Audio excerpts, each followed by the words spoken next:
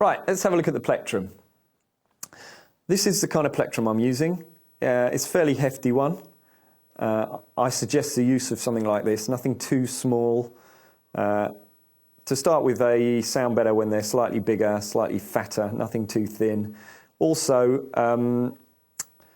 you're less likely to drop it, basically. You can get a good grip between your thumb and your first finger, preferably. So for some of the best bass sounds, I think, with a plectrum, there's a slight amount of muting that goes on the bridge of the bass, really, which is where I'm resting my actual palm just short of the bridge here. It makes for quite a nice sound. As I take my hand off, it gets more ringy. So if you're in the verses of songs and it needs to be kind of a damped chug, this is the kind of approach I tend to take. So I'm using my palm as a kind of mute on this. Also, it's worth doing this rather than always the downstroke, which makes a good sound. We use a downstroke and an upstroke.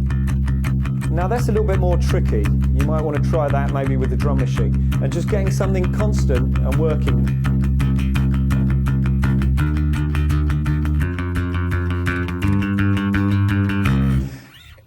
Makes a really great sound though, so it's really well worth having a bash at this. So remember, just an upstroke and a downstroke.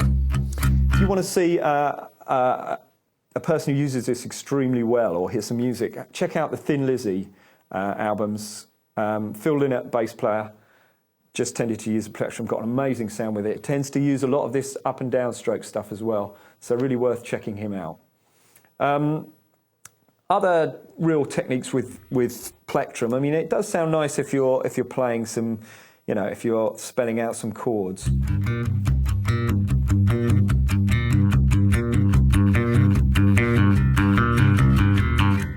It's got there's a lot of scope for dynamic with the plectrum, and it's very much a kind of a rock approach, obviously, but really experiment with this and get this technique working for you, because you will be asked to use it when you go into the studio. There'll be certain tracks that really just do lend themselves to plectrums, and you'll find someone will hand you one and go, try this, and if you're not very good with it, yeah, it's going to show. So drum machine, up and down strokes, vary the tempo, and just get that together. Sounds simple, but you'll find it quite tricky.